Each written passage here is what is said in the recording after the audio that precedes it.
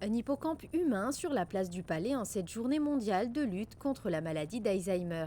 Un véritable symbole car l'hippocampe est aussi une structure du cerveau qui joue notamment un rôle essentiel dans la mémoire. L'association monégasque pour la recherche sur la maladie d'Alzheimer s'appuie donc sur cet emblème fort. Ça, c'est une bonne idée. Mais vous savez, les idées, elles viennent parce qu'on est beaucoup et ça fuse comme ça.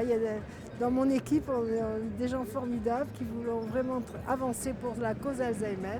Et là, je pense que Chantal Ravera, elle a pris vraiment beaucoup de force en elle pour arriver à créer cet hippocampe humain. Vous vous rendez compte, il faut 600 personnes pour entrer dans mon bel insigne quand on est malade. Il faut se raccrocher à ce qu'on a. Et ce qu'on a, on a encore des choses, même si on perd un peu une partie de son être, de son identité, on a quand même quelque chose à se rattraper, c'est mes émotions. Parce que nos émotions, elles restent comme les petits poissons. Ils réfléchissent peut-être pas trop. Les Alzheimer, ils sont heureux de vivre aussi, sans trop réfléchir, sans trop comprendre quelquefois ce qui leur arrive. On n'a pas avancé dans la maladie, vraiment trouver des médicaments, on ne les a pas. Mais le seul médicament qu'on ait trouvé, c'est l'amour. L'événement s'est poursuivi par une marche dans les rues de la Principauté. Les autorités monégasques, des fonctionnaires et plus de 400 élèves s'étaient mobilisés grâce au soutien de l'Éducation nationale.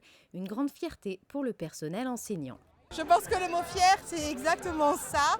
C'est vrai que voir 450 enfants de seconde et de quatrième réunis et pour une marche solidaire, c'était une première pour nous et je suis ravie que ça ait eu ce succès-là. Les enseignants ont fait un gros travail de préparation. Avec l'AMPA, nous avions élaboré une fiche pour leur expliquer ce que c'était que la maladie d'Alzheimer, qui était AMPA, parce que ça, effectivement, c'était très important également. Et puis également, nous avons voulu favoriser ce fameux lien intergénérationnel, leur faire rencontrer des personnes âgées, parce que c'est vrai que, quoi qu'on en dise, à l'heure actuelle, de plus en plus de jeunes sont confrontés à cette maladie par des grands-parents et on voulait que chacun puisse comprendre ce que chaque famille pouvait vivre. Solidaires et vraiment concernés face à la maladie, les élèves étaient réellement motivés.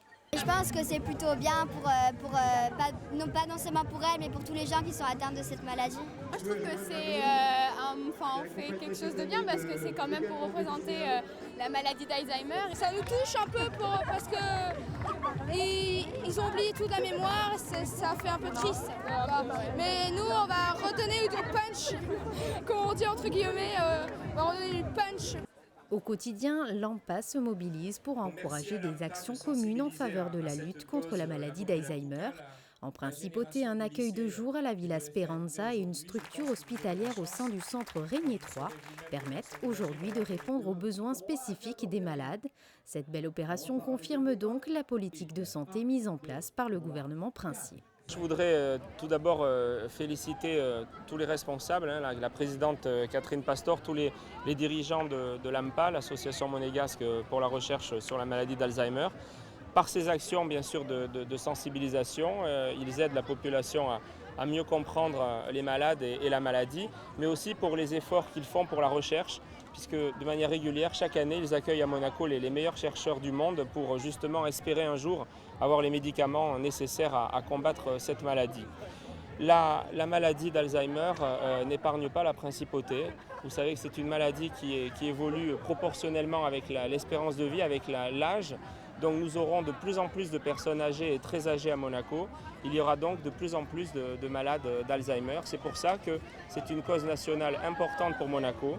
Et en ce domaine aussi, Monaco veut offrir des soins et un accompagnement d'excellence aux malades et à leurs familles.